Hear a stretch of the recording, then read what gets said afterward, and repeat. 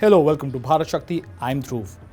India next year अपनी नई strategic naval base commission करने के लिए तैयार हो रहा है आंध्र प्रदेश के कोस्टल रीजन में। ये मूव चाइना के इंडियन ओशन रीजन में बढ़ते नेवल प्रेजेंस को काउंटर करने के लिए है। साथ ही वेस्टर्न कोस्ट पे कारवार बेस भी मेजर अपग्रेड से गुजर रहा है ताकि मैरिटाइम कैपेबिलिटीज और स्ट्रॉन्ग हो सके। रामबिली कोस्टल विलेज के पास विशाखापट्टनम के ईस्टर्न नेवल कमांड हेडक्वार्टर से लगभग 50 किलोमीटर साउथ ये बेस, जो कि प्रोजेक्ट वर्षा का पार्ट है, अंडरग्राउंड सबमरीन पेंस और एक इंट्रिकेट टनल नेटवर्क फीचर करता है, जो इंडिया की न्यूक्लियर पार्ट सबमरीन्स को सेफली हाउस करने के लिए डिज़ाइन किया गया है। सोर्सेज कहते हैं कि यहाँ से सबमरीन्स बे ऑफ बंगाल में डिस्क्रीटली डिप्लॉय हो सकती हैं, सैटेलाइट डिटेक्शन को इवेट कर सकती हैं और मलक्का स्ट्रेट तक स्विफ्टली पहुंचकर डेटरेंट पेट्रोल्स एग्जीक्यूट कर सकती हैं। लगभग एक डेकेड के डेवलपमेंट में रामबिली बेस ने काफ़ी टेक्नोलॉजिकल और एनवायरमेंटल चैलेंजेस ओवरकम किए हैं। दूसरी तरफ कारवार बेस पे भी प्रोजेक्ट सी बर्ड का फेज 2A चल रहा है, जो वहाँ 32 वॉरशिप्स और सबमरीन्स बर्थिंग की कैपेबिलिटी बढ़ाने वाला है। प्रोजेक्ट वर्षा का रामबिली बेस का फर्स्ट फेज ऑलमोस्ट कंप्लीट है और 2026 से कमिश्निंग के बाद उसका एक्सपेंशन भी प्लान्ड है। नेवल इंफ्रास्ट्रक्चर डेवलपमेंट्स के साथ इंडिया अपनी third nuclear part submarine commission करने की तैयारी कर रहा है, INS अर्धिमन, जो एक 7000 tonne SSBN ballistic missile submarine है।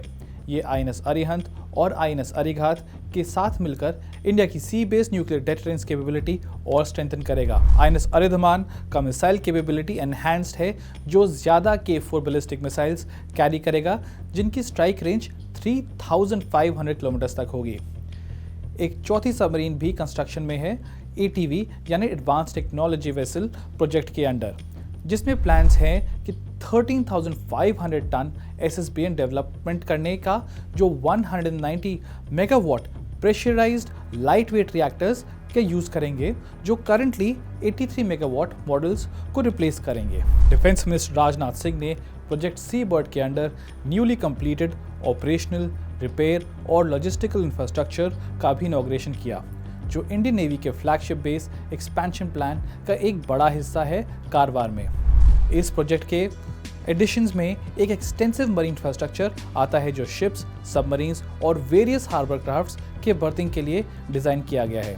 इसमें एक armament wharf, specialised refit piers और extensive marine utility complexes included हैं, जिसमें 25 किलोमीटर की roads, water reservoirs, waste management systems और सिक्योरिटी वॉच टावर्स भी शामिल हैं। साथ ही 480 ड्वेलिंग यूनिट्स वाले रेजिडेंशियल क्वार्टर्स भी डेवलप किए जा रहे हैं, जो सेलर्स और डिफेंस सिविलियंस के लिए एक कंप्लीट सपोर्ट फ्रेमवर्क इंश्योर करेंगे।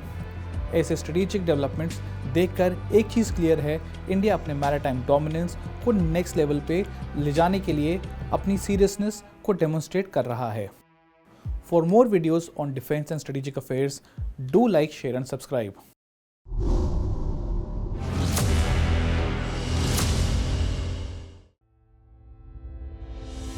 Our borders, a symbol of strength, guarded by our brave warriors. As the proverb goes, armor strengthens the greatest warrior. A1's fences are that armor for the armed forces. A1 Fence delivers quality in every inch. Products, services, and insights, providing solutions, tackling every challenge in any terrain or condition. A1 Fence, securing our borders silently.